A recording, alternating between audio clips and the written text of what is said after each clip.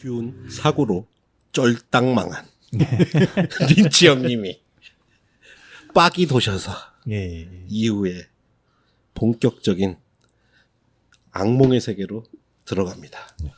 그렇게 나온 영화가 바로 국내에서는 여전히 가장 사랑받는 린치 영화가 아닐까 싶은 생각이 들어요. 유명하기도 하고요. 그리고 영화를 본 사람보다 이 영화의 포스터를 벽에 걸어놓은 사람이 더 많다 할 정도로 사랑받던 그치. 영화 포스터기도 하죠. 아무리 포스터가 많았어도 화양연화만큼은 못할걸요. 화양연화를 수입했던 분이 제 직계 선배인데 꽤 비싼 가격으로 수입했다가 경제적으로 굉장히 손해를 봤습니다만 예. 그 선배가 나한테 해줬던 말이 야 화양연화는 극장 관객보다 포스터 갖고 있는 사람이 더 많아. 그런 류의 영화들 몇 개 있죠. 뭐 그랑블루 이런 것들. 그러니까. 택시 드라이버. 배지볼로 37.2도. 예. 86년도 작품이죠. 주인공은 카일 맥락클란. 칼 맥락클란. 나 이거 왜 90년대까지 맨날 카일 맥클라인으로 난 이름 기억했는지 모르겠어. 이제 다이아드 때문인가? 그 저거죠. 맥이라는 거 자체가 이제 스코티시 그렇죠. 성이잖아요. 그래서 맥 크거나 맥킨토시도 그렇고. 근데 잘못 읽으면 맥클라클란으로 익힐 수도 있어요. 예. 하여튼 미국의 소도시를 배경으로 방학 때 집에 온 대학생 제프리예요. 카일 맥락클란이. 근데 집 뒤를 산책하다가 그냥 돌멩이 주워서 던지다가 사람의 귀를 발견을 하죠. 잘려진 귀를. 그것도 어떤 상황 속에서 지극히 아름다운 바비 빈튼의 음악이 흐르고 그리고 집에 그냥 왔다기보다는 아버지가 아버지가 쓰러지- 일단 그 전 예. 말씀하신 거는 그 전에 이미 나오죠. 굉장히 그 아름다운 미국의 전원 도시, 교회 전원주택에서 중산층 그 주택 아름다운 막 음악이 흐르는 와중에 갑자기 아버지가 묵두를 잡고 쓰러지고 물을 중에 흘르고 했는데 강아지가 막 달려와가지고 물을 스프링클러처럼 스프링클러처럼 뛰어다니고 이- 먹고 있는 그 이 린치 형님이 표현주의 감독에 맞은 게 그 장면도 이렇게 물 주고 있다가 호수가 꼬여 있잖아요. 그러면서 동시에 아버지도 그쵸. 뒷덜미를 잡고 쓰러지시는 게 예. 저게 혈액순환이 안 되니까 이제 그렇지. 쓰러지시는구나. 그러니까 표현주의적이기도 하고 제가 이제 기존까지 못 만든 한국 TV 드라마를 싫어했던 이유 중에 하나가 모든 정황과 심리를 다 대사로만 설명하려고 하거든요. 그렇죠. 영화라면 영상으로 설명을 해야 되는데 물론 이제 동맥이 꼬인 것과 호수가 네. 꼬인 걸 직접적으로 대치시키는 게 뭐 훌륭한지는 모르겠습니다. 어쨌든 영상적으로 설명한다는 점에서 영상적인 감독이긴 한 거죠. 예. 그걸 깔아놓는 분위기들이 굉장히 예, 좋았기 때문에 그러니까는 여기서부터 본격적으로 시작이 되는 거예요. 아까 그렇지. 얘기했던 그 정직한 음악 스코어링의 사용과는 달리 영화 분위기와 전혀 어울리지 않는 음악을 깔므로써 노래 충돌을 통해서 새로운 미적 경험을 가능하게 하는 그 장기가 블루벨벳에서부터 본격적으로 시작됩니다. 예, 그렇게 제프리는 잘린 귀를 가지고 경찰서에 가서 윌리엄 형사에게 잘린 귀를 보여주죠. 하지만 이 윌리엄 형사가 별다른 반응을 보이지는 않아요. 웬 귀야? 뭐 이렇게 안 하고 주워 왔구나. 사람 귀 맞네. 그러면서 그런데 여기에 윌리엄 형사의 딸이 등장하죠. 예. 로라던. 데이비 린치 형님의 페르소나 배우 중에 한 명인 것 그럼요. 같아요. 남자 배우는 카일 맥락클란, 여자는 로라던. 예. 제프리 형사의 딸 샌디가 하나의 단서를 주죠. 블루벨벳을 노래하는 매력적인 여가수 도로시가 살인 용의자로 조사를 받고 있다라는. 그치. 의심을 받고 있다는가요? 예. 뭐 어쨌든. 근데 두 사건이 어떻게 연결되는지 어쨌든 예, 제프리는 이 도로시의 아파트에 들어가기로 작정을 합니다. 한마디로 탐정 놀이를 시작을 하는 거죠. 그렇죠. 거기서 개연성은 살짝 떨어지긴 해. 두 사건의 연관성이 지금까지 뭔지 난 모르겠어요. 그리고 자기가 떨어진 귀를 주워 갖다 줬다는 연관성이 있긴 하지만 일개 대학생이 예. 이렇게 뭐 위험을 감수하면서까지. 근데 어쨌든 영화는 흘러가야 되니까. 굳이 설명하자면 이 형사들은 어느 정도 뭔가를 알고 있었지 않을까. 뭐 그렇게 볼 그러니까 수도 있고요. 도로시의 남편이 귀가 잘렸고 뭐 그런 식으로. 뭐 그런 건 있었고 그리고 제프리가 실제로 대사로 이렇게 얘기를 하지요. 귀 갖고 왔을 때. 아니 나는 그냥 궁금할 뿐입니다라고 하면서 예. 궁금증이 있었네. 궁금할 뿐입니다라고 근데 얘기를 카일 하죠. 맥락클은 정말 잘생기지 않았어요? 반듯하게 생겼죠. 그러니까 반듯. 요즘 뭐 조각미남이라는 얘기를 하는데 저는 블루벨 나온 거 보고 야 인간이 저렇게 잘생길 수가 있다니 반듯하면서도 알쌍하지 않고 잘생기고 모범적으로 생겼죠. 그렇죠. 그러니까 재미는 없는 캐릭터예요. 린치가 젊었을 때 딱 그렇게 생기지 않았을까? 단추도 목까지 다 잠그고 이렇게. 예. 그렇게 그럴 수도 있겠다. 예. 그런 카일 맥락클란이 이제 트윈픽스에서는 FBI 수사가 나옵니다만 살짝 제가 또 자랑질하려고 끼어들었어요. 저 만났습니다. 뭐 제대로 앉아서 길게 얘기한 건 우리 아니고. 박수 한번 칩시다. 감사합니다. 축. 그때는 1999년 LA에 있는 비교적 고급 호텔인 포시즌 호텔의 로비에서 미팅을 끝나고 나오는데 카일 맥락클란이 걸어오더만요. 키가 굉장히 컸습니다. 한 190 정도 됐어요. 예. 그래서 저도 또 가오가 있는지라 웬만한 배우들은 가령 저 형님 또 그거 하셨구나. 유 카일 맥락클란 I'm 스탠리 이거 하신 거 아니에요? 그러니까 아니 내가 그때 누구도 만나면 키스의 진 시몬스도 만나고 몇 배 만났는데 카일 맥락클란은 다가가서 인사를 할 수밖에 없더만요. 그래서 I'm a very big fan of you. 예. Oh, thank you. 그래서 한 3초에서 5초 정도 얘기를 나누고 악수하고 헤어졌는데 키가 굉장히 커요. 그러니까 한 190 정도는 되는 것 같고 영화에서는 그렇게 큰지 몰랐는데 영화에서는 예. 그냥 저만하게 해요. 뭐 그렇지 않다 180 정도 보였는데 한참 올려다봤던 기억이 나는데 어쨌든 역시 배우라서 그런지 실제 만났어도 오히려 그때 봤던 케빈 베이컨은 실물이 약간 소박하게 보였는데 카일 맥락클란은 광채가 납니다. 어쨌든 그 카일 맥락클란이 본격적으로 나온 영화 하여튼 되겠습니다. 저는 너무 반듯해서 좀 재미없는 배우라고 생각해요. 뭐 그렇게 볼 수도 예. 있고 하여튼 샌디 그 형사의 딸 샌디의 도움으로 주인공 제프리가 바로 여가수 도로시의 집안에 들어가죠. 도로시 예, 이름이 상징하는 바가 분명히 있죠. 그렇죠. 예, 이 영화를 읽는 키워드, 이 영화뿐만 아니라 데이비 린치의 린치, 세계를 예. 읽는 키워드 중에 하나라고 예. 할 수 있죠. 바로 예. 그것은 오지의 마법사. 예. 예. 그래서 이 도로시 아파트에 들어갔다가 몰래 벽장 속에 숨어들죠. 예. 하지만 곧 도로시에 의해서 발견이 됩니다. 근데 이 도로시, 이 여자가 굉장히 관능적으로 묘사되죠. 대응 방식이 좀 이상하지 않아요? 도로시가 어머 놀래야 뭐 누구야 뭐 신고할게 뭐 사람 살려 이런 게 아니라 약간 뭐 알고 있었다는 건 아니지만 뭐 초반에는 그렇게 대응을 하다가 뭔가 뒤로 가면서 뭔가 이상한 분위기가 바뀌죠. 그러니까 광기에 휩싸인 예. 인물처럼 보이죠. 이 도로시를 연기하는 것이 바로 이사벨라 로셀리니.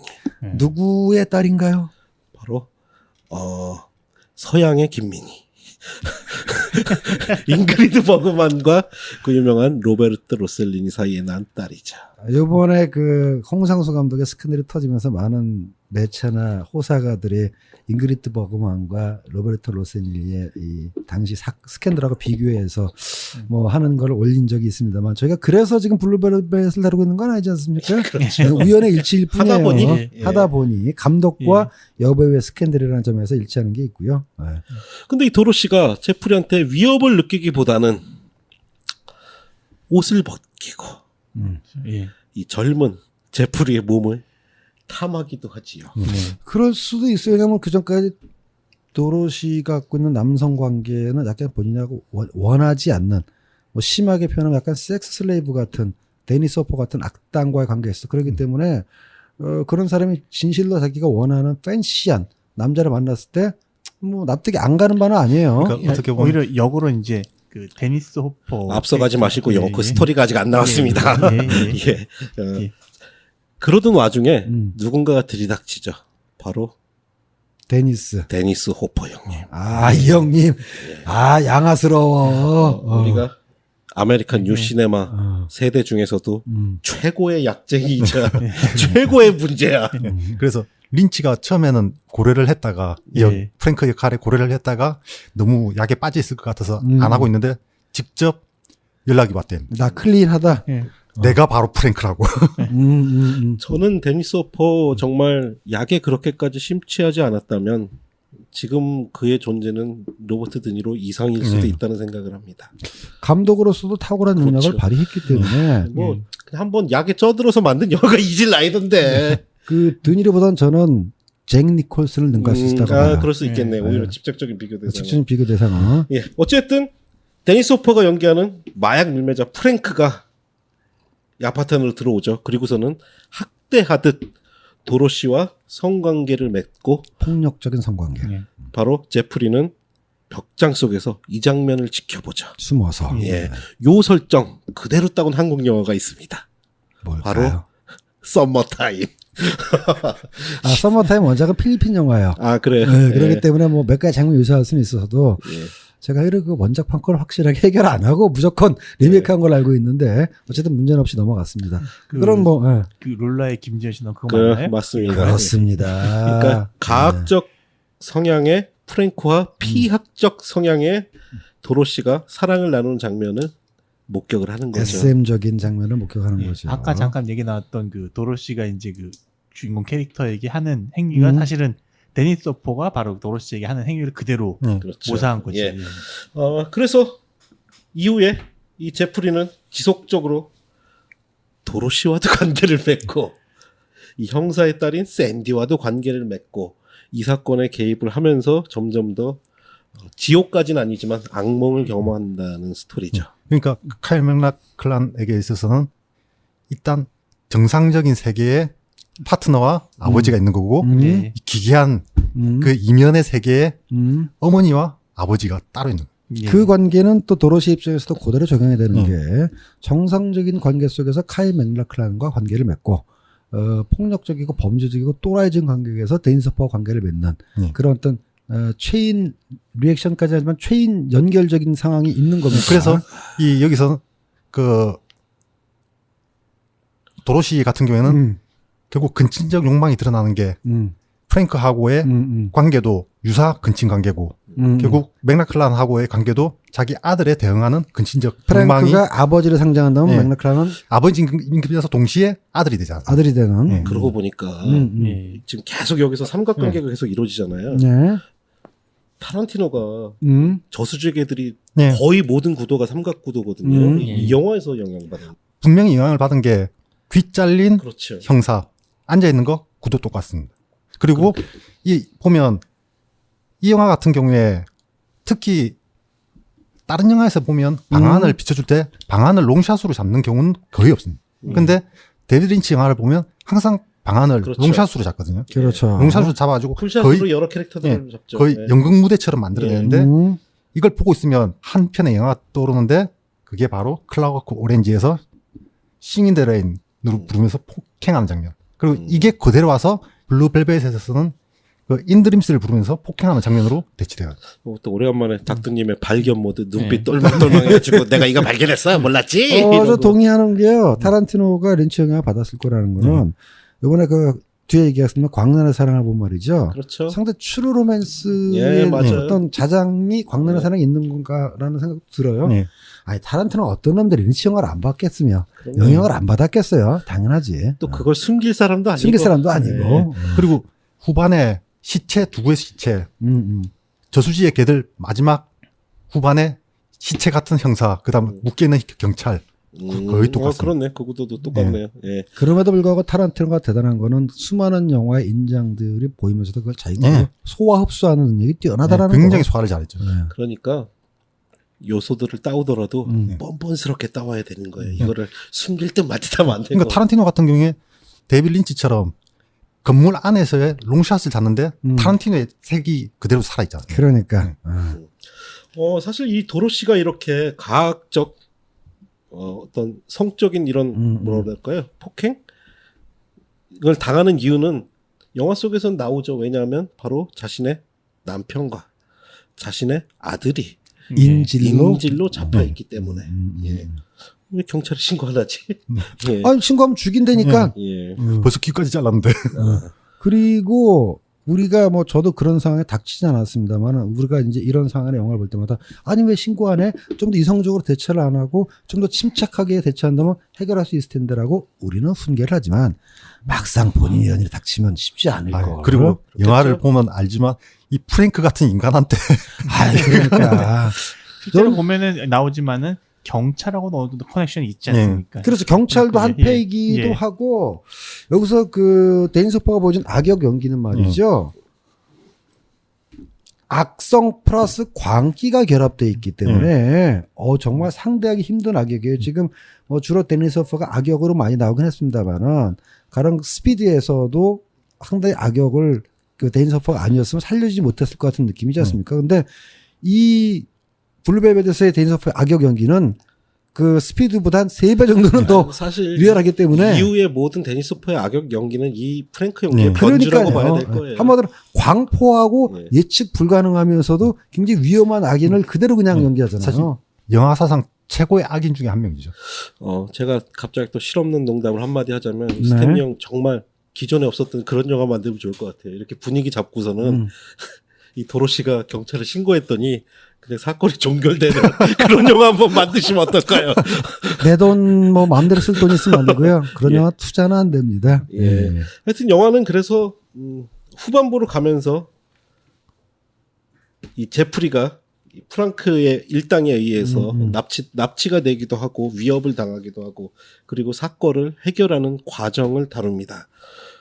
저는 솔직히 말씀드리면 이번에 본 4작품 중에 다시 봤는데 감흥이 좀 덜했던 영화는 좀 이 영화였어요. 저런 것도 있잖아요. 우리가 옛날에 영화가 처음에 한국에 소개됐을 때 갖고 있는 그 뭐랄까 후광과 그렇죠. 예. 명성에 비하면은 의외로 플롯도 좀 심플하고 예. 뭐 굉장히 뭐랄까 어렵지 않은 영화인데라는 생각 안 드셨어요? 그런 것도 있고 타란티노라든지 이 영화가 특히 이후에 다른 이 영화의 작법이나 그런 것들을 계승한 영화들이 꽤 많거든요. 감독들이 블루벨벳의 이게, 작법을 예, 개성한 익숙함도 아닐까 싶은 생각도 좀 들긴 해요.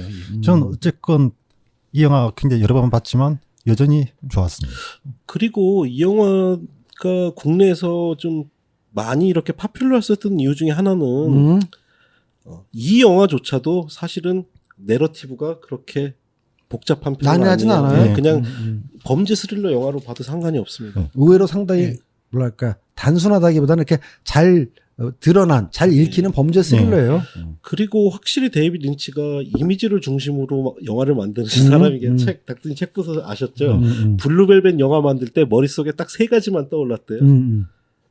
파란 하늘, 뭐 빨간 꽃, 뭐 파란색 벨벳, 뭐 이런 흰색 뭐 벽돌 이런 거 이미지가 떠올랐고, 야, 요 이미지 떠올랐으니까 요거 가지고 영화를 만들려면 나머지를 채우자. 거기서 마지막으로 떠오른 게 잘린 귀. 예, 요 요소만 가지고 나머지 영화를 만든 거라고 그러더라고요. 예. 그러니까 사전에 치밀한 플롯의 설계 없이. 예. 근데 영화를 보면 그래도 어느 정도 설계가 돼 있는 게 그러니까는 영화를 시작하면 잘려진 귀 속으로 들어가서 그렇죠. 예. 5만 대만 추한 꼴들을 다 본 다음에 살아있는 귀를 통해서 나오거든요. 자기 귀를 통해 나오는 제가 그 얘기를 하려고 그랬던 거예요. 사전에 정밀한 스토리 설계 없이 이미지만 가지고 영화를 찍었는데도 이 정도 앞뒤를 맞출 정도면은 대단한 능력이다 그것도. 그러니까 이 영화에서 보는 굉장히 시각적인 자극들이 굉장히 많이 나오지 않습니까? 근데 사실 이 세계는 영화 시작과 끝을 보면 청각의 세계거든요. 사실상 꿈의 세계고. 그 시각적인 자극으로 느껴지는 이유 중에 하나는 당시에 이 데이비드 린치가 많이 썼던 특수 렌즈 중에 하나가 이노비전 렌즈라 그래가지고 극접사 렌즈거든요. 알다시피 그 영화 카메라는 접사에 한계가 있습니다. 일반적인 표준 렌즈 가지고. 근데 이거는 솜털 아니면 땀결까지 보송보송 보이도록 극접사를 들어가잖아요.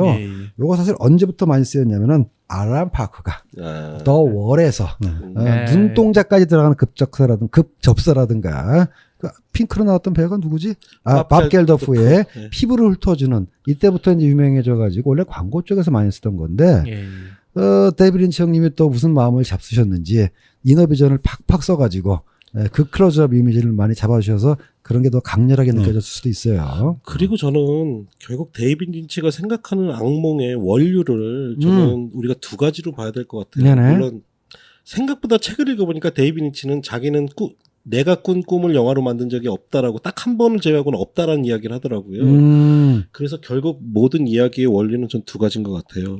캐릭터 이름에서 알 수 있듯이 오즈의 마법사와 이상한 나라의 앨리스. 그러니까 분명히 여기서 중심 캐릭터들은 오즈의 나라로 가고 싶은데 가다 보면 앨리스의 세계로 그렇죠. 빠져드는 거예요. 거기서 나오는 이상한 그 성적 에너지나 좀 붉은 방의 이미지마저도 사실은 이상한 나라의 앨리스에서 저는 상당 부분 따온 것이 아닌가 싶은 생각을 합니다. 이 영화는 특히 더 노골적인 게 귀 속으로 들어간다가 그러니까. 동굴로 들어가는 그럼요. 귀라는 동굴로 들어갔다가 다시 귀라는 동굴로 빠져나오는.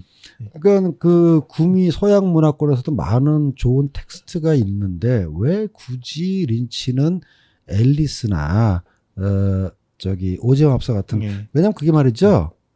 약간 부조리한 얘기들이거든. 그리고 그렇죠. 어떻게 보면 이거는 그냥 앨리스나 도로시가 꾸는 꿈속의 세계일 수도 있는 거거든요. 결국 이제 꿈이나 무의식하고 연결되니까는 지금 파고님 말씀하셨던 거대로 린치가 자기의 꿈을 가지고 영화를 예. 만든 거는 뭐 극히 드물지만 앨리스나 오즈 마우스가 얘기하는 어떤 그 사람들의 어떤 무의식의 심연, 꿈, 몽상, 환타지, 죄의식, 원죄의식 이런 것들을 그냥 두 개의 텍스트에 기대해서 예. 영화적으로 표현했다고 볼 수가 있다라는 거죠. 이 두 개의 텍스트가 저는 이제 비슷하지만 완전히 다른 텍스트가 한 가지가 저는 이 두 맥락이 이 서양의 장르 영화의 제일 큰 줄기라고 생각을 하는데요. 하나는 프랑켄슈타인, 괴물이 마을에 내려오는 이야기 하나. 그게 바로 또 우리가 좀 전에 얘기했던 엘리펀트맨 아니겠습니까? 그리고 나머지 하나 맥락은 평범한 인간이 이상한 세계로 들어가는 이야기 하나. 그건 PC 아웃 오브 워터 예. 플롯이고. 그 두 가지 측면에서 봤을 때 팀 버튼이 괴물이 마을에 내려오는 이야기를 택했다면 데이비드 린치는 평범한 인간이 이상한 나라로 가는 이야기를 택한 거죠. 그렇죠. 그러니까 영화 내내 계속 어떤 이중적인 걸 강조하거든요. 심지어 이 카일 맥락클란이 그 도로시의 집에 들어갈 때 로라더니 그러지 않습니까? 너는 탐정이니 아니면 변태니. 그렇죠. 예. 그러니까 계속 이중 구조를 계속 영화 끝날 때까지 만들어 나가요. 그게 말이지 이 영화의 격을 높이게 하는 장치일 수도 있어요. 네. 왜냐면은 사람들은 명징한 것을 좋아하지만 너무 명징하면은 또 시시하게 생각하거든요. 사실 그리고 우리 뭐 인간이라든가 세상 자체가 한마디로 똑 떨어지지 않는 복합성을 가질 때가 많지 않습니까? 그래서 바로 그 대사처럼 예. 카이 맥락클란은 탐정이기도 하고 변태이기도 한 거예요. 그걸 대사로 보여주니까 오히려 더 이게 내용에 어떤 뭐 이렇게 깊이가 생기는 거죠.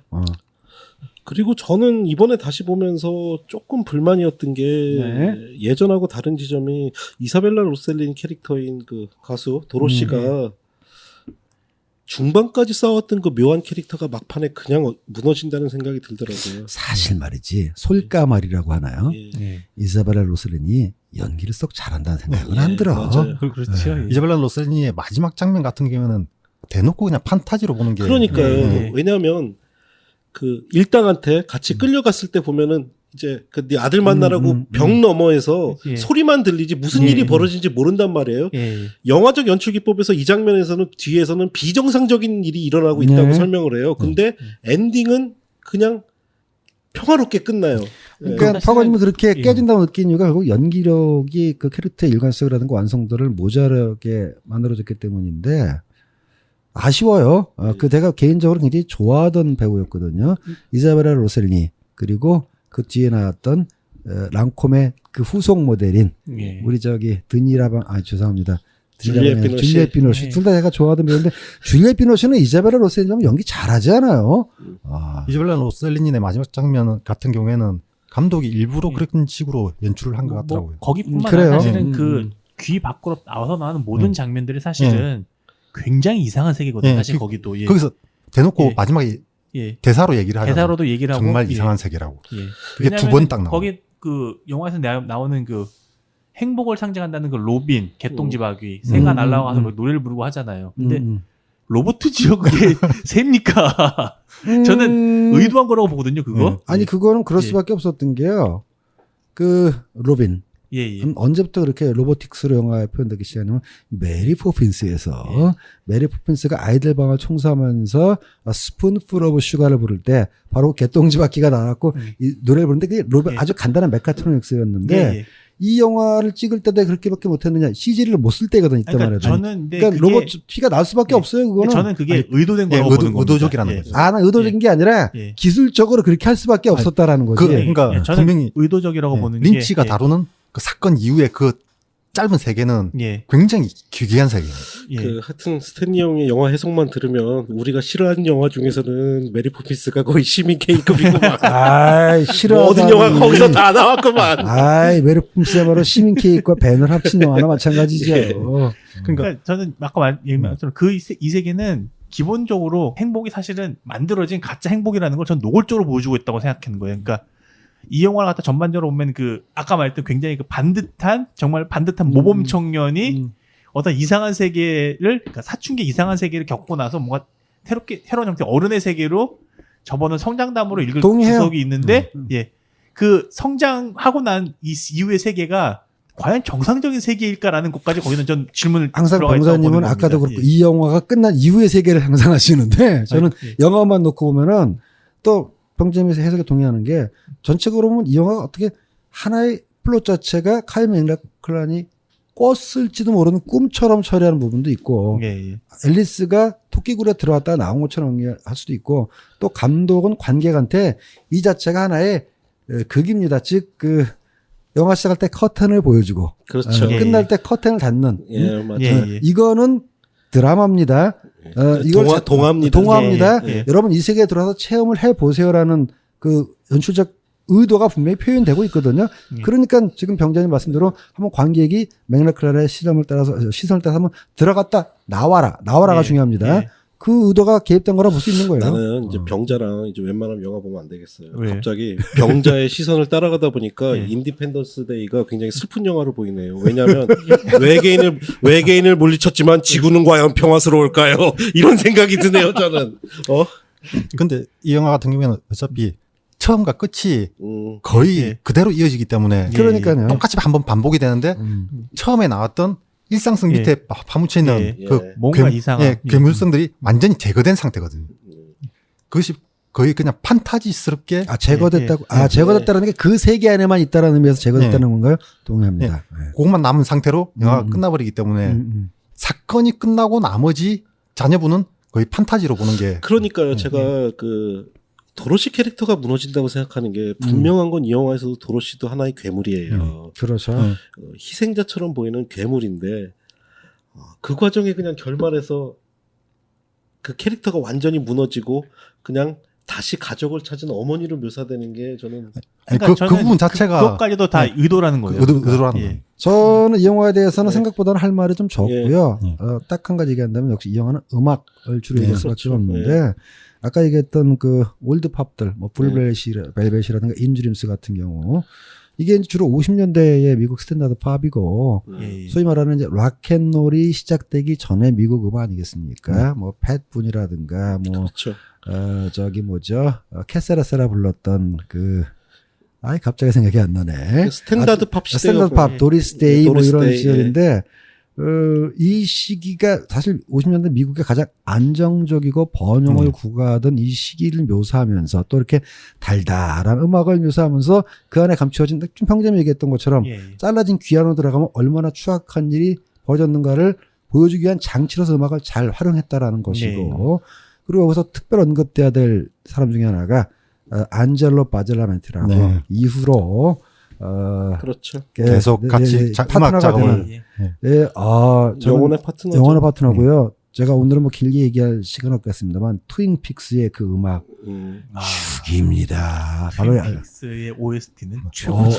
진짜 이 바로 안젤라 바델라멘티가 작곡을 한 건데 그냥 제가 뭐 이 흉내는 못 내겠어요. 그냥 듣는 순간 주술의 세계와 마법의 그렇죠. 세계로 오십시오라고 그냥 안내해 준 듯한 예. 그 음악의 시초가 이 영화에서 보였다라는 거. 저는 그 점은 좀 평가하고 그리고 싶어요. 이 영화에서 인드림스 쓰이는 장면 굉장히 묘하지 않아요? 네. 거기 그냥 립싱크 힘을 드러내면서 악당 중에 하나가 그래서 립싱크하는 장면에 예. 쓰이는데 사실 이 영화를 못 보신 분들은 인드림스가 이런 장면에 쓰일 거라고는 상상을 못 그러니까요. 하실 거예요. 두 번 쓰이죠. 예. 예. 좀 과장하자면은 진짜 클럭 오브 렌즈 싱인 더 레인 필적해요. 그러니까 두 번째 거는 전 분명히 거기서 그 아이디어를 얻었을 거라고 봅니다. 그럴 수도 있어요.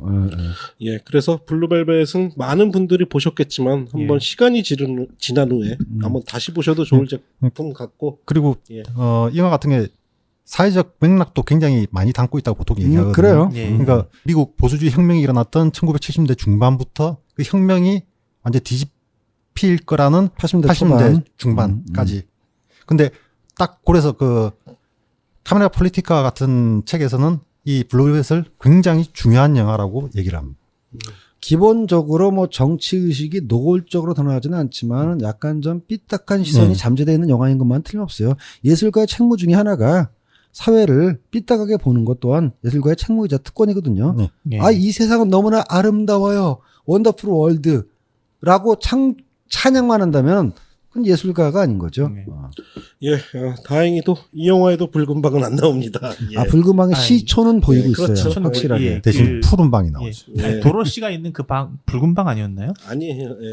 꽤 많이 붉습니다. 근데 벽은 어. 많이 붉잖아요. 우리가 얘기하는 상징과도 같은 예, 예. 붉은 방이 아니라 시뻘건 방이 안 나오죠. 예, 그러니까 예. 예. 여기서 상징적으로 붉은 방이 아니, 그러니까 이 이미지로 영화는 쏙 표시가 보니까 됐어요. 제가 그래서 색감을 처음부터 봤는데 예. 거의 모든 쇼트에 원색이 거의 들어가요. 예. 붉은색 아니면 시퍼런색이 들어가요. 그렇죠. 이건 요것도 제가 참 닥터님 맨날 물어보려고 그러는데요. 그 총 쏘는 장면에서 얘가 이제 카일 메르클의 총을 꺼낼 때, 형사총을 꺼낼 때 보니까 뭐 리볼버 M36이라고 총신이 굉장히 짧은 총이던데 그걸로 손이 떨어져 나가나?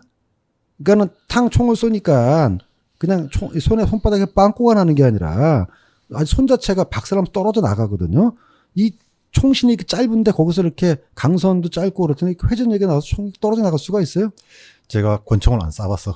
아, 병이라 가도 병 도착 안 7년 써봤구나. 동안 삽질만 했구만. 어디 방공포에서. 아, 거기서 약간 리얼티가 좀 깨진 듯한 저는 느낌이 5.56mm만 예. 쏴봤습니다. 아, 20mm 하고. 리벌버는 군에서 리벌버는 보기 힘들어가지고 리벌 보기 힘들고 주로 이제 우리가 경찰에 쓰는 건데 예. 왜냐면 그 저기서 나오잖아요. 저기 그 택시 드라이브 엔딩에서 보면 네. 그 여러 가지 총을 쓰는 와중에 그 드니로가 매그넘을 쓸 때 손이 떨어져 나가는 건 맞아요. 근데 예. 이 정도 단국의 리볼버는 손이 떨어져 나갈 정도는 알 텐데 일단 뻥 떨어져 나가더라고. 총의 회전력이 높으면 깨끗하게 뚫고 나갑니다. 그렇죠. 회전력이 약하면 이걸 뜯어 나가기 때문에 터져나가. 그거 오히려 리얼리티가 있을 수가 있구나. 강선이 짧으니까, 총신이 짧으니까는 회전력이 약하다고 볼 수가 있겠네. 아, 알겠습니다. 예. 예, 그렇게 블루벨벳까지 소개를 해드렸고요. 예. 오늘 소개해드릴 마지막 마지막 영화. 작품은 네. 이제 사실은 블루벨벳으로 예. 데이비 린치는 전 세계적으로 명성과 더불어 다시 한번 확실한 컬트의 제왕 위쪽 다시 한번 올라섰죠. 예. 이상한 영화 만드는 이상한 감독. 영화를 만드는 감독으로 예. 확실히 낙인이 찍힌 거예요. 예. 근데 여기에 종지부를 찍는 작품이 등장하죠. 이상한 영화를 만드는 줄 알았는데 깐느에서 그렇지. 황금 종려상을 주네. 예. 바로 원제는 와일드 앳 핫, 와일드 앳 핫. 광란의 사랑 1990년도 작품입니다. 아마 제 기억에는 이 와일드 앳 하트가 온전한 시기에 제대로 극장 개봉했던 첫 린치 영화였을 거예요. 그럴 거예요. 네, 블루벨벳 한 것들은 극장 개봉 했을 수는 있어도 나중에 사실은 나중에 블루벨벳은요 저희 때 삐짜 비디오나 시네마테크에서 그러니까. 더 많이 봤어요. 그러니까는 그 뭐 아까 얘기했던 여태까지 우리가 쭉 봤던 뭐 이레이저 헤드라든가 엘레판트맨은 세계적으로 유명했었어도 수입이 안 되는 이유 중에 하나가 일단 뭐 심의 문제도 있었고 그다음에 시장성이 이제 좀 약했을 때인데 이때부터 90년대부터 소위 한국에서 이제 영화 바람이 좀 불면서 그때 닥터님이 얘기하셨던 글쎄 따로급스 영화가 갑자기 관객이 잘 되네 예술 영화 이런 바람이 불 때거든요. 이 못지않게 에밀 쿠스트리차 영화도 수입만 하면은 웬만큼 됐던 시기라서 용감하게 칸 영화제 그랑프리한 타이틀을 가지고 누가 수입을 했던 것 같아요. 그리고 이 영화 같은 경우에 극장 개봉보다 피자 비디오가 먼저 풀렸었는데 재밌는 게 제가 와일드 다트가 예, 제가 피자 비디오를 먼저 봤었어요. 다음에서 예. 제가 자료 찾아봤더니 예.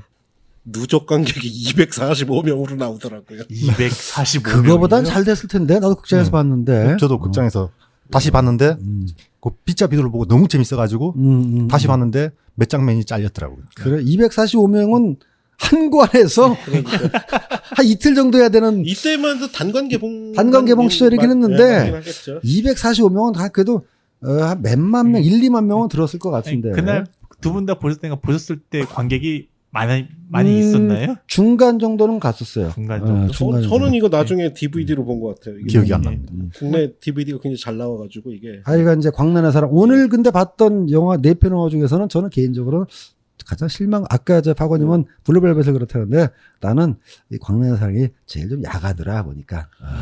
저는 오히려 데이빗 린치 형님이 슬슬 미쳐가기 시작한 게 바로 이 영화에서부터였구나 그래요. 라는 생각이 좀 들더라고요. 블루벨벳만 해도 그냥 보기에 따라서 헐리우드의 전통을 좀 따른 감이 없지 않아 있는데 제 생각에는 이 영화를 보면 요즘은 좀 우리가 더 충격이 덜 할 수 있는데 깐느가 황금 종려상을 준 이유가 그 당시에 야 이거 정말 새로운데? 라는 생각을 했을 것 같아요. 네. 기존의 영화 문법을 완전히 무시한 타란티노가 처음 등장했을 때만큼의 충격을 주지 않았을까. 플러스 이제 데이비드 린치가 더 유럽에서 평가받았던 이유 중에 하나는 본인의 아까 눈에 얘기했습니다만 영화적 뿌리가 영상적 뿌리가 유럽 초기 영화와 관련도 있었고 본인도 고백하다시피 자기한테 가장 많은 영향을 미친 감독 중에 하나로 그 펠리니와 라스트라다를 언급하고 있거든요. 라스트라다의 제작자가 바로 디노 데 로렌티스이고 네. 나중에 이제 블루벨벳도 디노 데 로렌티스가 제작을 했어요. 그 연장선상에서 물론 와일드 하트 자체는 미국 영화입니다만은 관습적인 미국 영화하고는 다른 플롯이라든가 설정들이 많이 있었기 때문에 그걸 유럽에서 더 평가하게 된 원인이 있는 거죠. 한마디로 유럽은 린치 영화 참 좋아하거든. 그래서 상도 주고 그런 겁니다. 그리고 유럽 쪽 영화들은 어쨌건 감독의 자의식이 그치. 많이 투영된 그런 영화 그러니까. 좋아하죠. 그러니까 우리 저 도그마 선언 그 라스폰트리. 라스폰트리에 그 참 좋아하거든. 도그마 선언 이후부터 슬슬 도그마가 되기 시작했지만 예. 우리 또 한국의 자랑스러웠던 서방이었던 니콜라스 케이지가 주인공을 연기를 하죠. 이었던 예. 요즘 막 가셔가지고 이 형님.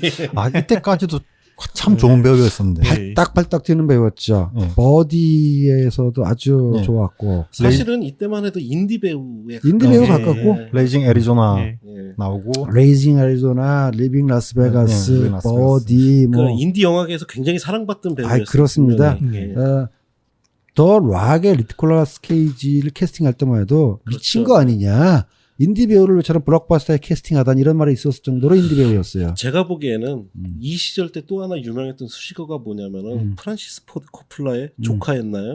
그런 식으로 해서 예. 본인은 그게 싫어서 예. 케이지로 성을 예. 바꿨다고 하는데 근데 그런 어떤 예술 영화적 자의식이 출연하는 작품들 물론 이제 메이저에서 안 불러준 것도 있지만 이렇게 정말 재능 있는 감독들이 영화에 출연해온 게 그런 맥락 안에도 있는 것 같기도 해요. 우리 저 중견 원로라 그러면 실례니까 중견 탤런트 김용건 선생의 아들인 예. 김성훈 군이 하정우란 이름을 택한 거나 마찬가지로 네.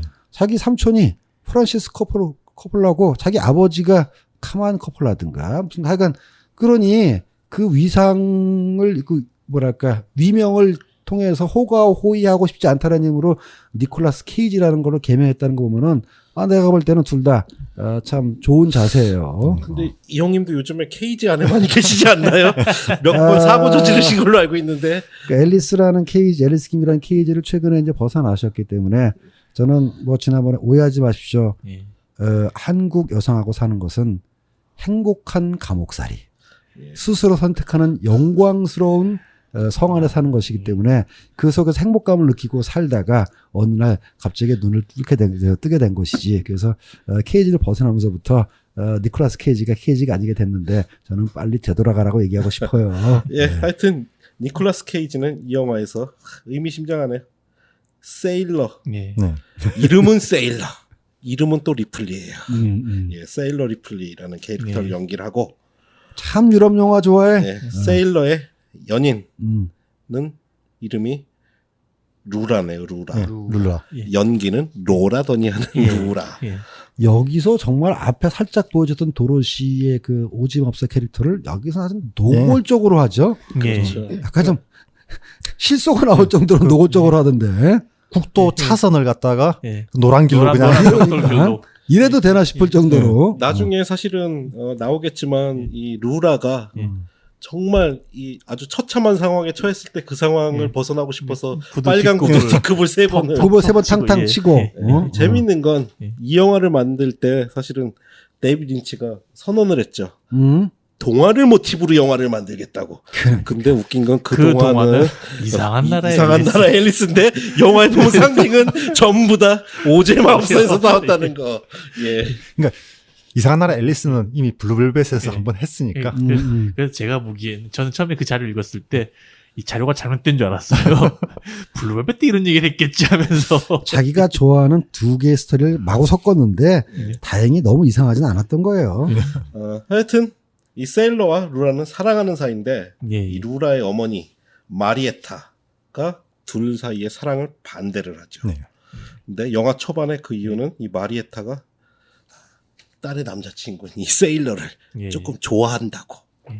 그래서 실제 화장실에서 유혹을 하기도 하죠. 예, 예.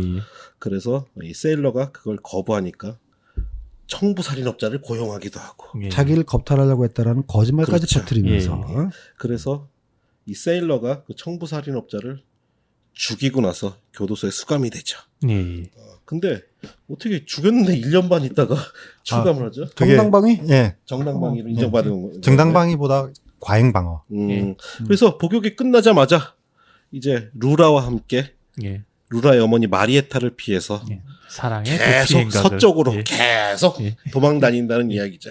그러면서 수많은 예. 이상한 캐릭터들을 만나고 정말 이상한 나라의 앨리스에서나 볼 만한 예. 이상한 사람들을 그러니까 만난다는 스토리예요. 오즈의 마법사의 노란 벽돌길을 따라서 이상한 나라로 가는 이야기입니다. 그러니까 예. 그렇게 보면 오즈의 마법사 여정을 떠난다는 점에서 오즈의 마법사이긴 한데 예. 오즈의 마법사는 집으로 돌아가기 위한 여정이라면은 예. 얘는 집으로부터 도망치기 위한 여정이라는 점이 좀 다르죠. 그래서 예. 맨 후반에 말- 자기 아들이 나오지 않습니까? 아들 예. 아들 이름이 페이스였는데 알고 보니까 그 오즈 마법사에서 오즈가 거대한 얼굴로 그렇죠, 나오죠. 예. 그렇죠. 그러니까 오즈 자체를 음. 자기 속에 갖고 있었던 거라고 봐야겠죠. 음.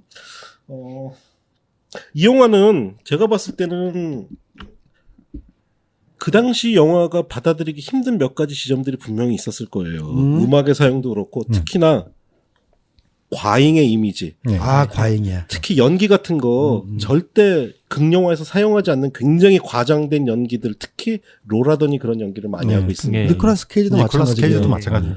그 장면 진짜 웃기더라고요. 이제 다시 보는데 어디야 클럽에서 춤추고 있는데 어떤 놈이 와서 예. 그 로라던한테 찝쩍거리니까 니콜라스 케이지가 손 뻗치더니 예. 내 여자 앞에서 그녀에 대한 내 사랑을 뭐 입증할 수 있는 기회를 주겠는가 그러는데 웃겨가지고 저는 그걸 보면서 유승환 감독이 했던 영화에서 네. 닷지 마왈이라고 그쵸, 해서 예. 일부러 좀 과장된 연기를 맞아요. 이모니씩 하잖아요. 예. 그 의도는 알겠는데 그냥 피식 웃음이 나오더라고. 저는 그런 생각 들었어요. 이게 저희가 원어를 잘 몰라서 그러는데 저기서 나오는 상당수의 대사가 문어차 대사가 아닐까 미국에서 쓰는 구어차라기보다는 예. 그 이모니가 악인이요. 예. 지옥행 열차를 타지 않겠느냐? 뭐 이런 거하고 비슷하다라는 거죠. 그러니까 의도적인 건 맞아요. 데이빗 린치 예. 정도 되는 사람이 뭐 몰라서 못해서 그런 건 아니고 일종의 예술적 실험 내진 자극 뭐 시도로 그런 연출을 하긴 했을 텐데 어쨌든 좀 웃겨. 그러니까 세계 이 영화의 세계 전체가 예. 과장된 세계인 거예요. 그러니까 사실은 블루벨벳하고 어느 정도 연관이 있는 게 현실 속의 살인 사건보다 더 과장되게 묘사하고 예. 예. 현실적인 악당보다 더 과장되게 악당들을 묘사하잖아요. 블루벨벳에서 마찬가지로 이 영화도 마찬가지로 저는 이렇게 봅니다. 현실을 리얼하게 묘사함으로써 관객한테 그것을 깨닫게 하는 방법도 있지만 현실을 보다 과장되게 묘사함으로써 오히려 현실을 더 느끼게 하는 방법도 있는데 전 린치가 후자의 방법을 택한 거라고 봐요. 그래서 고속도로 가면서 로라더니 이게 라디오를 트는 예. 장면 계속해서 그 이상한 폭력, 살인 살인사- 그러면서 그러니까. 대사로 그러니까, 예. 얘기를 하지 않습니까? 무슨 여기가 살아있는 시체들 밤이냐고. 예. 그러니까 로라더는 전작인 블루벨벳에서는 어떤 청순한 사랑의 상징처럼 묘사가 되는데 착한 동네 걸. 근데 이 영화에서는 제가 봤을 때는 관객들로 하여금 노골적으로 좀 짜증내지는 예. 어떤 그 낯설음을 유발시키는 연기를 약간 하고 있어요. 미친 예. 그렇죠. 하고의 캐릭터가 있죠. 그래서 나는 아까도 말씀드렸지만은 트루 로맨스의 그 여자 배우 이름이 뭐더라? 하여간 패트리샤 예. 패트리샤 아케트 예. 맞아요. 패트리샤 아케트하고 상당히 유사점을 그렇죠. 느끼고 앞뒤 순서는 모르겠습니다만은 뭐 물론 이제 트루 로맨스가 시나리오는 비슷한 시기에 썼고 영화가 좀 뒤에 나왔죠. 감독이 다른 사람이니까. 너무 이렇게 좀 유사점 내지는 이렇게 데자뷰를 느꼈어요. 근데 결국은 뭐 저 보니 앤 클라이드 자장 안에 있긴 그렇죠. 하죠. 예, 예. 그 데이빗 예. 린치식 변형이라고 할 수 있죠. 예. 예. 이 영화의 기본적인 이야기 구조는 그러니까 캐릭터 설정 이야기 구조는 저거고요. 아까 얘기했던 오즈맙사고 예. 캐릭터 설정은 보니 앤 클라이드의 데이빗 린치식 우라카이라고 보시면 되겠습니다. 그리고 어떻게 보면 그 블루벨벳의 속편처럼 보이는 게 이 영화도 계속 이상한 세계를 다루거든요. 그러니까요. 예. 예, 예. 이 영화 속에서 그리고 저는 데이비드 린치가 생각하는 여성성에 대해서도 한번 고민을 해보게 되는 게 그 전작인 블루벨벳에서도 그 악당들의 부인들이 전부 다 굉장히 이렇게 비만한 풍만을 넘어서 비만스러운 여성으로 나오는데 특히 이 영화에서도 그 여성들이 이렇게 누드 댄스를 하잖아요. 근데 그 윌리엄 데포 나오는 예, 그 장면에서도 굉장히 이렇게 풍만을 넘어서 굉장히 비대한 여성들을 묘사를 하고 있는데 이것들이 생각을 해보면 결국은 우리 고전 회화에서 영향을 받은 게 아닐까. 고전에서는 이렇게 굉장히 풍만함을 미의 상징으로 보잖아요. 그런 영향이 아닌가 싶기도 뭐 하고. 최근에 르네 마그리트 그림에도 보면 예. 그런 부분이 좀 있고 최근까지 이어지는데 이런 그 여성에 대한 이미지화는 이 광란의 사랑뿐만 아니라 사실은 트윈 픽스에 굉장히 자주 인용되고 굉장히 많이 언급이 돼요. 그러니까는 기본적으로 린치의 여성관이 글쎄요 저는 여혐까지는 아닌 것 같고 굉장히 복합적인 감성을 가지고 있는 것 같아요. 그러니까 여성에 대해서 두려움, 또 애정, 경원시, 또 숭배. 어떻게 보면 저는 뭐 아까도 말씀드렸습니다만 사실 이 사람의 뇌의식에는 잠재의식에는 약간 여성을 두려움이자 자기 안식처로 생각하는 본능이 서로 상충하고 있는 게 아니야? 라고 생각을 느끼니 가령 그 뚱뚱한 여성 그렇죠. 못지않게 구원의 여신상도 굉장히 빈번하게 등장하거든요. 그러니까 보통 그 인상주의 회화가 당시 시에서 굉장히 영향을 많이 받았지 않습니까?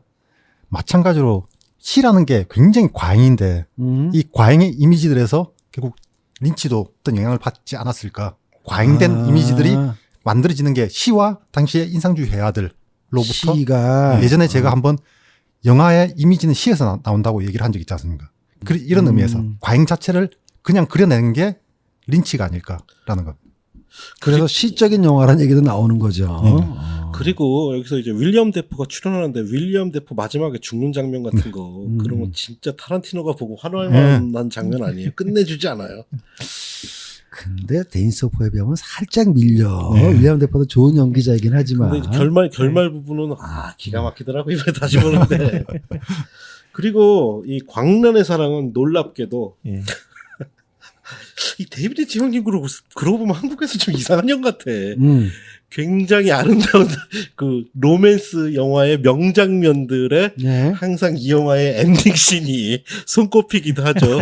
니콜라스 케이지가 올라가서 차들을 막 넘어가서 자기가 사랑한 여인한테 러브 미 텐더를 불러주는 장면은 굉장히 많은 멜로 영화 사이에서도 명장면으로 언급이 됩니다. 이게 저는 그러니까 막 처음에는 이제 출소한 다음에 로라들한테 나는 너를 떠나겠어 이러고 이제 표표히 멋있자고 가다가 동네 양아들한테 얻어 걸려가지고 몇 대 쥐어 맞은 다음에 갑자기 그 착한 마녀의 환상을 보고 나서 야, 그러니까 쓰러진 다음에 예. 그 착한 마녀 환상을 보고 나는 돌아가야 돼 깨닫고 근데 말이죠 그 착한 마녀 환상 그 장면 정말 깨지 않아요? 그렇죠. 환타지 씬이라고 보기에는 그 착한 마녀 역할을 그 트윈픽스의 그 셔릴리가 했어요. 그러니까 했었죠. 셔릴리뿐만 아니라 셔릴리 팬도 그 교통사고로 나오고 팀픽스의 주요 배역들이 여기 나오는데 일단 영상적 표현이 너무 유치해.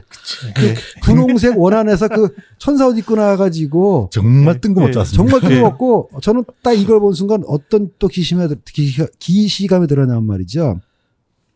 제가 봤던 한국 영화 중에서 몬스타라는 작품이 있어요. 김고은과 이민기가 나오는 건데 그렇죠. 저는 그 굉장히 기획적으로 설정이 좋다. 연쇄살인마와 미친 니언의 대결. 뭔가 드라마가 라포하지 않습니까? 그래서 굉장히 기대를 하고 봤고 이 작가 겸 감독이 굉장히 시나리오 쓸 때 아주 이채로운 시나리오 많이 썼던 그 감독이에요.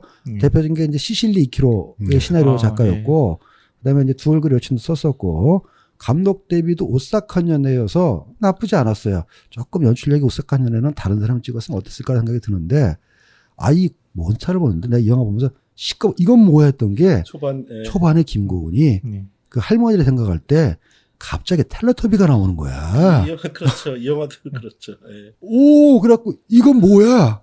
이거 어쩌려고 이러지? 했는데 이 와일드 앳 하트의 만화 장면을 보는 순간 텔레토비 악몽이 다시 떠올라가지고 야 이거 린치 형님이 뭐 몰라서 그러지 않았을 텐데 이거 장난인지 야유인지 어쨌든 저는 그렇게 썩 유쾌하진 않았어요. 이 장면 좀 설명을 드릴게요. 사실은 결국은 루라는 임신을 해서 아이를 가진 상태였는데 결국은 잡혀서 니콜라스 케이지는 이제 교도소에 예. 들어가죠. 근데 5년 후에 나왔어요. 재회를 했어요. 예. 아들은 벌써 성장했고. 근데 니콜라스 케이지가 이 루라한테 야, 우리 5년 떨어져 있어 보니까 우리 사랑 별거 아니지 않냐? 헤어져도 되지 않냐? 너 그냥 잘 데리고 살아라. 그래서 아들한테 그냥 이렇게 악수도 하고 그래요. 그러고 나서 쿨하게 헤어지죠. 쿨하게 나오다가 이제 좀 조폭들한테 좀 동네 양아치들한테 예. 얻어맞았는데 갑자기 텔레토비 풍에 아니, 정확히 말하면 그 동네 양아치들한테 몰바이 호모 어쩌고 저쩌고 욕을 얘기를 했다가 얻어 터지죠. 그랬더니 텔레토비 풍에 예. 착한 마녀가 마녀. 와서 예. 메시지를 이렇게 주니까 일어나라 깨어나라. 그딱 일어나서는 대사도 정말 예, 깨지 않았어요? 예. 자네들한테 험한 말 했던 걸 예. 용서해주게. 미안해. 동성애자를 지칭하는 험한 말을 해서 미안합니다 하면서 자네들 그러고 멋진 나서 놈이야. 바로 우리나라의 로맨스 영화 팬들이 좋아하는 자동차들이 길이 막혀 있으니까 예. 자동차 위를 쿵쿵쿵. 쿵쿵쿵 뛰어 넘어가서 예. 로라던을 향해 러미 텐더 이 부른 장면. 러브미 텐더도 보면 중간에 계속 로라던이 계속 이제 러브미 텐더를 불러줘 그럴 때마다 나는 나와 결혼할 사람에게만 이 노래를 불러주기로 결심했어라고 얘기를 하죠 계속. 그리고 설정이 꽤 꼼꼼한 게 예. 도로가 굉장히 막히지 않습니까? 예. 영화 초반에 대사가 나옵니다.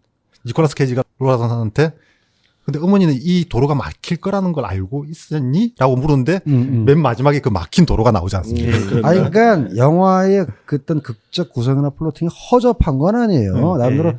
그 논리적인 정합성도 있고 맞긴 맞는데 그것을 표현하는 방법이 연기나 영상적 표현이 지나치게 과장되다 보니까 이걸 우리가 진지하게 받아야 돼. 아니 가령 여러분 어떻게 보셨는지 모르겠는데 사실 여기서 제가 이제 약간 그 이레이즈 회다 할 때 제가 잠깐 얘기한 적이 있잖아요. 이 머리를 지워버린다는 이미지는 계속해서 반복된다.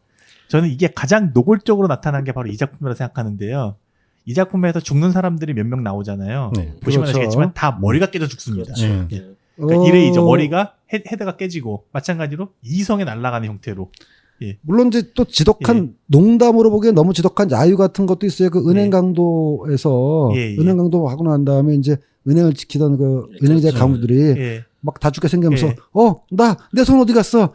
빨리 붙이면 빨리 될 붙이면 것 돼 했더니 손 찾으면 돼 했더니 저쪽에 보니까 개가 몰고 가고 예, 있어. 예. 토토하고 똑같이 예. 생긴 게. 그러니까 이거는 그러니까 악동적 취미가 여실히 발휘된 거고 예. 거듭 얘기하지만 의도적으로 이렇게 린치가 관객들을 툭툭 이렇게 도발하고 건드리는 건데 예. 그럼에도 불구하고 내가 약간 실수를 금치 못하겠다라는 걸 과장된 그 나쁜 만의 이미지 못지않게 여러분 아실지 모르겠는데 그 자동차 텅텅 뛰면서 이렇게 다시 만났을 때 자세히 보면 코가 부어 있습니다. 네, 그렇죠. 저 맞아가지고 네. 코가 예. 부어 있는데 아무리 이거 저예산 영화도 아니고 기술적으로 특수분장이 이렇게 표가 나지 않을 텐데 그 부은 코를 표현하기 위해서 예. 무슨 종이차를 붙인 것처럼 너무 표가 나더라고. 그래서 예. 이것 또한 개그인가? 아니 분장의 실수인가? 그러니까 이 영화를 제가 보고 얘기는 뭐냐면 아까 지금 얘기한 것처럼 이 영화는 전반적으로 계속해서 머리가 깨진 이미지를 보여줌으로써 그러니까 머리가 상징하는 게 또 이성이잖아요. 네. 이성을 지워라라는 얘기를 계속해서 메시지를 보인다고 생각하고 이성을 지우고 봐라. 예, 그 두 번째 제 영화 제목이 와일드 앳 하트잖아요. 음. 하트 심장 감성이 있는 거지 심장이잖아요. 그것도 와일드 원초적인 그대로의 심장으로 봐라라고 영화 메시지를 주는 게 아닌가. 실제로 라는 나중에 생각하는 마누가 거지. 예. 와일드의 타트라는 대사를 넣어서 얘기하긴 해요. 예, 예. 저는 하지만 이 영화가 정말 중요한 건 우리가 이후에 나올 데이비드 린치의 상징과도 같은 도대체 무슨 소린지 못 알아먹을 영화들 예, 예. 로스트 하이웨이, 예. 머럴랜드 머럴랜드 드라이브, 드라이브. 인랜드 엠파이어 같은 영화들의 결국은 일랜드 뱀파이어? 인랜드 엠파이어. 엠파이어 이런 영화들의 결국은 시초는 저는 이 영화에서부터 시작했다는 느낌을 받게 돼. 뭐냐 논리적 내러티브를 완전히 파괴시켜 버리고 스스로 영화보다는 회화이기를 바라는 그래서 불꽃의 이미지, 화염의 이미지가 그렇죠. 계속해서 나오죠. 성냥 계속 네. 태우고. 마술적 이미지면서 동시에 회화적 이미지거든요. 그래서 이제 그 미국의 이거 뭐라고 해야 될지 모르겠는데 저스투스 네일랜드라고 하는 미국 미시간 주립대학교 교수가 쓴 네. 데이비드 린치라고 하는 책이 있답니다. 저도 음. 국내 번역된 게 아니라서 이제 보지 못했는데 그 책에 이제 소개 문구에 보면 이런 말이 있어요. 이 교수가 데이비드 린치의 주요 영화를 갖다가 크게 3가지 카테고리로 분석했다고 하는데, 첫 번째가 인테리어 디자인, 두 번째가 이동, 세 번째가 생물이라는 카테고리로 분석했는데, 이 인테리어 디자인으로 분석한 영화 3개가 이레이저헤드, 엘리펀트맨, 블루벨벳이라는 거죠. 그러니까 이런 인테리어, 어떤 방이나 그런 것에 인테리어에 대한 이미지로 출발했다가 그 방을 블루벨벳에서 사실은 노골적으로 이제 그 방을 깨고 나가는 거잖아요. 방 빼고 나간 다음부터 이동이 시작된다는 거죠. 이동. 그래서 그래요. 광란의 사랑, 트윈픽스, 머럴랜드 드라이브 등의 이동에 관한 이미지들, 로스트 하이웨이 등 저는 그 이미지로 나간다 하고 사람한테 예. 흉내를 내자면 3가지 키워드로 설명을 하겠습니다. 여기 다 나왔지만 다시 한번 정리를 하자면은 예. 데이비드 리치에서 설명한 3가지 키워드: 꿈, 예. 방, 예. 마법. 이 3개면 다 설명이 될 것 같아요. 그러니까 방 같은 경우에는 예. 제가 아까 방 롱샷 얘기하면서 빼먹었던 게 예. 이제까지 다른 영화들 그 대부분의 영화들은 방이 등장하면 방에서는 대체로 미디엄 샷으로 찍고 예. 나머지를 가구들로 채우거든요. 예. 근데 린치 영화에서는 롱샷으로 찍으면서 가구도 별로 없이 벽에 색감으로 다 채우는 거예요. 혹시 그 트윈픽스가 어쨌든 출시됐을 때 전체적으로 우리나라 다 출시가 돼서 나왔는데 여기 있는 분들은 다 보셨습니까? 트윈픽스 전집을? 저도 다 봤어요. 그러시면은 저는 안 봤어요. 아까 지금 박원님 얘기했던 이 와일드 앳 하트와 그 이후의 영화 사이에 딱 브릿지를 트윈픽스가 있는 거거든요. 같은 해 나왔을 거예요. 같은 해. 그러니까 와일드 앳 하트 끝나자마자 트윈픽스가 방송되기 시작했고. 있죠. 예. 그러니까 사실 그 트윈픽스 TV 드라마 트윈픽스가 그거에 대한 열쇠가 될 수 있다고 생각해요. 예. 왜 뒤에 영화들은 더욱더 난해해지고 거칠어지고 또 이렇게 되는가에 트윈픽스에 보면 그 요소들이 사실은 다 조금씩 들어가 있거든. 그렇죠. 인간관계 부조리함, 그 비합리성, 그때 해체 이런 것들이 트윈픽스에 보이면서도 트윈픽스는 어느 정도는 또 그걸 유지하고는 있어요. 그러니까 즉, 이야기를 이해하는데 놓치지 말아야 되는 기본적인 끈 자체가 완전히 해체된 건 아닌데 해체의 조짐이 슬슬 보이기 시작하고 있죠. 그리고 이거는 듀나님이 그 데이비드 린치에 관해서 쓴 글에서 제가 읽었는데 예. 그의 영화들이 이렇게 난해할 수 있는 주요 키워드로 TV 드라마를 손꼽더라고요. 왜냐하면 사실은 데이비드 린치는 트윈픽스를 이유로 끊임없이 TV 드라마를 만들기 위한 시도를 했어요. 이렇게 TV 드라마로 긴 이야기를 하고 싶은 사람이 2시간짜리 이야기를 만들려니 얘기가 튈 수밖에 없다. 이야기가 제대로 이해가 될 리가 없다라는 식의 해석을 하시더라고요. 거기서 기자님이. 연장해서 좀 다르게 얘기하자면 어쨌든 이 사람이 일상을 찍고 싶은데 우리가 보통 일상은 이성적 세계라고 생각을 하지 않습니까? 예. 근데 일상은 비이성적으로 이루어진 세계거든요. 모든 게 예. 우연으로 그러니까. 이루어진 세계고 예. 그리고 이 일상이야말로 직관적 세계거든요. 사실 예. 우리가 정상적으로 생각하는 일상이야말로 예. 얼마나 부조리할 때가 많습니까? 그러니까 이 직관적 세계를 영화로 담으면 린치의 세계가 되는 겁니다. 그렇죠. 그러니까 예. 더군다나 린치가 계속 얘기하는 것처럼 약간의 강박증이 있는 그런 사람의 눈으로 본 이 세계가 얼마나 부조리하고 얼마나 말도 안 되고 얼마나 이상한 세계겠습니까, 진짜. 예. 그래서 그 생령 말씀처럼 본격적인 그의 린치의 세계가 확립이 된 건 트윈픽스 시절부터가 맞고요. 네. 그리고 그 영화들은 이제 트윈픽스의 이미지가 반복되는 것도 많이 있죠. 근데 예. 저는 그 조짐이 보이기 시작한 건 분명히 이 영화부터라고. 여기서부터요. 와일드 하트부터고 자료를 보니까 트윈픽스 리메이크작 내년에 나오는 거에 보면 데이비드 린치가 연출도 하게 돼 있네요. 칼 그러니까. 맥락클란도 최근에 복귀하는 거 확정했대요. 기대가 됩니다. 그 며칠 전에 어떨지. 그 트위터로 데이비드 린치 감독이 자기 감독은 안 하겠다, 못 그래, 하겠다고. 예. IMDb에는 일단 감독으로 나왔는데 또 최근에 태도를 바꿨군요. 아니 그 자기가 원하는 제작비가 안 나왔기 때문에 그래서 그쪽 제작하는 방송국 쪽에서 아직 계속 논의 중이라고. 예. 그러시면 저는 형님한테 권해드립니다. 넷플릭스로 가세요. 공중파에서 제대로 돈 안 주면 또는 기존의 케이블에서 돈 안 주면은 넷플릭스에 가면 아마 원하는 만큼 줄 겁니다. 예. 네, 저는 와일드 앤 하트가 우리가 이미 이제 데이비드 린치 이후에 타란티노 이후에 새로운 영화 문법에 우리가 너무 익숙해져 버려서 이제는 다시 봤을 때 이것이 새롭게 느껴지지 않을 수도 있지만 저는 이 당시에 이 영화가 나왔을 때 아마 전 세계 영화 일정 시장에서 부분 충격이었을 거예요. 굉장한 충격. 이건 도대체 무슨 영화야? 저는 충격을 받았을 것 같아요. 그 당시에 뭐 그렇게 영화를 많이 보진 않았지만 영화 보고 도대체 이건 뭐지라는 생각을 했었습니다. 예.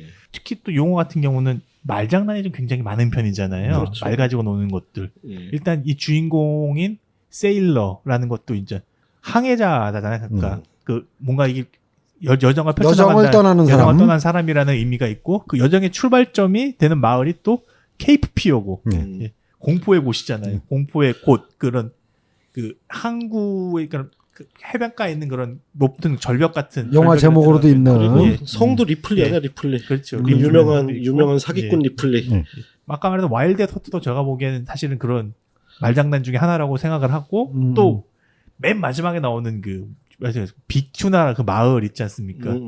분명 여기는 텍사스 어딘가고 그러면은 이 튜나가 사실 선인장이 돼야 될 텐데 노골적으로 참치 모양 네. 그려놓고 거기다가 빅튜나라고 써놓고 뒤에 뻑큐라고 써놓잖아요. 그러니까 마을 예. 사람이 낙서 설정으로 돼 있죠. 예, 예. 그러니까 정말 노골적으로 대놓고 관객들한테 이거는 장난이고 말장난이고 이성을 머리 비우고 그냥 즐겨라고 계속 얘기한다는 느낌이 좀 확 강하게 들더라고요. 예. 즐기라고 예, 하면 즐기라고 저는 그 태도, 그러니까 예. 무슨 생각인지는 알고 예. 이해도 하는데 나는 이제 그 예. 태도라기보다는 예. 그 너희들이 그냥 알아서 생각해. 그러니까 예, 그러니까 이런 태도인 거 정확히 같아요. 예, 알아서 생각해. 감성에 맡겨라. 괜히 쓸데없이 머리로 이해하려 하지 말아라는 얘기를 계속 던지는 것 같아요. 그러니까 이제 이용하시는. 내가 만약에 린치라서 그림을 그리면은 보통 우리가 인상적으로 보니까 통상적인 인상에서 사람의 코를 그림을 그린다면 되게 이제 삼각형 형태로 이제 선을 잡을 텐데 갑자기 이 사람은 거기다 별 모양 코를 딱 붙여놓은 거야. 그래서 그렇죠. 내가 보기에는 인간의 코라는 건 별처럼 생겼다고 나는 봐. 그걸 당신들이 어떻게 받아들이든 상관이 없어. 농담으로 받아들이든 진지하게 받아들이든 당신이 이걸 어떻게 해석을 하든 당신 마음대로 한번 별을 생각해봐. 코를 생각해봐. 이런 태도로 만든 게 아닌가 싶어요. 그리고 이 영화가 진짜로 내러티브보다는 바로 회화 그 자체라고 할 수 있는 게 예.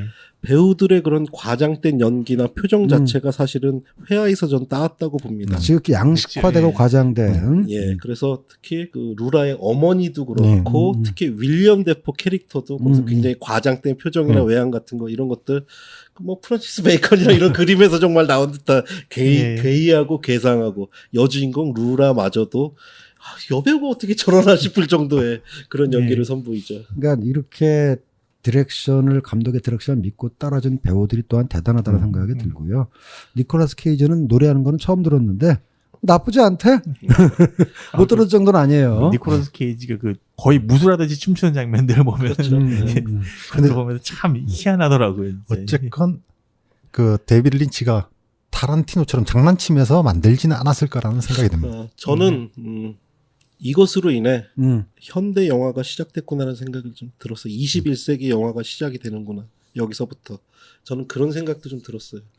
저는 반대로 고전 영화에 대한 노스탈지아와 본인의 애정을 끝까지 일관하고 있구나. 적어도 와일드 앳 하트까지는 블루벨벳이나 저는 그런 걸 느꼈어요. 예.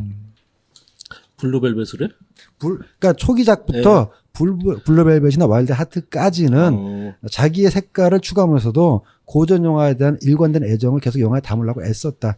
그 와일드 하트의 과장된 양식마저도 난 그렇게 보여진다. 양식미마저도. 그래서 저는 오히려 좀 블루벨벳하고 띄워놓고 와일드 하트부터 또 다른 영화세가 시작되고 이것에 영향을 받은 바로 타란티노나 후세 감독들이 나와서 새로운 영화가 시작이 그러니까 되는구나 싶은 생각이 저는 타란티노야말로 현대 영화의 어떤 출발점이고 그 분기점, 과거의 끝과 현대의 시작에 딱 타란티노와 린치가 맺어져 있는데 린치는 좀 더 과거를 그리워하는 게 보이고 타란티노는 요 똘똘한 청년이 영화 선배들의 스승의 자양분을 쪽쪽 빨아가지고 자기식으로 우랄까한 다음에 새로 창출한 형태가 타란티노 영화인데 저는 그 파고님은 이제 린치 영화를 분기점으로 삼았다면 저는 타란티노 영화를 분기점으로 삼습니다. 예. 예. 어쨌든 저희가 오랜 시간 데이비드 린치 형님의 특집을 꾸미면서 많은 분들이 도대체 빨간 방의 이미지를 어떻게 해석할 것인가 혹은 그의 기괴한 영화들을 어떻게 해석할 것인가를 기대하셨겠지만 저희가 비겁하게도 좀 쉬운 초기 사기작을 4부작을 이번에 좀 다뤘네요. 저는 나름대로 뭐 맞든 틀린 해석을 했는데 빨간 방의 의미는 마법, 꿈, 엄마 뱃속 즉 자궁 세 가지를 상징한다고 봐요. 린치한테. 저 역시 마법과 꿈. 저는 나중에 2부 때 다룰 때 설명해 드릴게요. 제 입장을. 아, 린치 2부 하나요? 해야죠. 예. 한번 로스트 하이웨이, 머롤랜드 드라이브, 인랜드 엠파이어, 트윈픽스 이런 거 한번 해봐야죠. 그리고 우리가 일부만 달았던 감독들은 어쨌든 예, 예. 일부는 해야죠. 저는 뭐 이번에 특히 4개의 작품 같은 경우는 아까 제가 잠깐 소개해드린 그 사람의 입장이랑 동조하는 편인데, 그러니까 그 이레이즈 헤드에서 주인공 헨리는 그 결혼이라는 걸 통해 가지고 그 자기 집에 방으로 들어오고 그 방에서 결국 끝까지 나가지 못합니다. 그런데 이후에 이제 엘리펀트맨도 보면은 자신의 흉악한 외모 때문에 밖으로 나가지 전혀 방에서만 있고. 방에서만 있고 나가지 못하다가 잠깐의 그런 외부 생활을 경험한 다음에 스스로의 죽음을 택하지요. 근데 그 다음에 세 번째 그 블루벨벳에서는 이제는 이 주인공은 그 자신이 들어갔던 그 이상한 방의 주인을 원래 주인 즉 가상의 아버지를 총으로 쏴 죽이고 당당하게 자기 발로 걸어 나옵니다. 그리고 네 번째 이제 광란의 사랑에서는 드디어 이제 나는 이 방을 나왔으니까 이제 내가 가고 싶은 길을 가겠다. 여행을 떠나는 걸 이제 시작한다고 보는 거죠. 이후에 어떻게 될지 그런데 붙여야겠지만요. 여행을 떠나서 오즈를 그렇죠. 찾아가는데 예. 알고 보니까 이상한 나라였어. 예, 예. 거기서 길을 잃어버리죠. 예. 네. 그러다 길을 로스트 하이웨이를 하고 그러니까 예. 모든 아이들은 예. 어서 빨리 커가지고 부모로부터 독립하길 바라지만 사실은 자체가 일종의 어떤 위험이 될 수도 있는 거꾸로 보면 독립이고로 분리불안의 또 다른 표현이라고 볼 수도 있는 뭐 이렇게 들리네요. 예. 저는 저희가 오늘 소개해드린 작품 이외에도 초기 다큐멘터리나 데이비드 린치가 만든 클립들이 굉장히 많아요. 아마 뮤직비디오도 있고 이 데이비드 린치 형님 음반 내신 거 아세요? 음반도 있죠. 예. 자기가 이렇게 노래를 부르는 예. 음반이 아니라 전체적으로 뭐 프로듀싱을 한 예. 뭐 객원 보컬이나 이렇게 해서 예. 그런 음반들인데 그거 한번 들어보십시오. 기가 막힙니다. 예, 잠깐 진짜- 들어봤는데 오, 진짜 프로그레시브합니다. 영화 속에서 진짜 그 사운드들이 튀어나온 듯한 예. 느낌을 줍니다. 크린티 스튜드도 노래 불러서 음반 지입했는데 뭐 그럴 수도 있지. 예. 그래서 저희가 많은 분들이 기대하셨던 데이비드 린치 특집을 이렇게 다뤘네요. 뭐 데이비드 린치 형님이 초반에 말씀드린 것처럼 영화는 나는 영화에 대해서 설명하지 않는다. 예. 그것은 여러분들의 몫이다. 친구와 함께 대화를 나누고 그 대화 중에 떠오른 생각이 바로 이 영화에 대한 당신의 해석이다. 이 말을 저희가 오늘 신청을 했네요. 나는 그 이유를 알아. 왜냐면 본인도 영화 찍을 때 뚜렷하게 생각 없이 만들었을 거거든. 그때 느낀 것을. 내 생각에 이거는 본인의 절절한 경험담 같은데요. 예. 나는 원래 영화 생각 없이 만들어라고는. 그러니까 생각 없다라는 게 아무런 고민이나 예. 고려 없다라는 게 아니라 예, 예. 본인은 이렇게 뭐랄까 즉흥적 예. 창발성에 그쵸, 많이 예, 예. 에너지를 의존하는 감독 같다라는 거죠. 그렇죠. 예. 그래서 여러분들도 데이비드 린치 형님의 악몽에 동참하시고 싶으신 분들은 영화를 보시고 마음대로 해석하시기 그냥 바랍니다. Welcome to my nightmare. 자기 얘기를 하시면 됩니다. 예. 친구들과 함께 본 다음에 같이 얘기하다가 가끔은 뭐 멱살도 잡을 수도 있고. 예. 우리는 멱살 안 잡았어요. 예. 전 잡힐 뻔한 것 같아요. 아까 조금 전에 아니, 우리 엘리펀트맨 얘기할 때 잡힐 뻔한 것 같아요. 병자랑 이렇게 얘기하다가 뭐 나빠질 게 뭐 있어? 기껏해야 게시판에서 병자 욕먹는 것밖에 더 있어. 근데 병자님의 그 독특한 해석의 그럼요. 시각은 예. 우리가 또 다 인정하는 다 바니까요. 인정해요. 예. 예, 하여튼 장시간 들어주셔서 또 감사드리고 아이고야. 저희도 굉장히 장시간 녹음을 했네요. 새벽 4시입니다. 6시간 했습니다. 6시간 녹음했네요. 일요일 새벽 4시로 넘어왔네요. 예. 역시 데이비드 린치는 아우. 근데 저희가 반복해서 말씀드리지만 영화가 좋아해 저희도 신나게 떠들고 녹음이 길게 나오는데 예. 뭐 크로넨버그 형님 이후로 또 그런 기분 오래간만에 느끼네요. 예. 풀치 형님하고는 완전히 다른 거죠.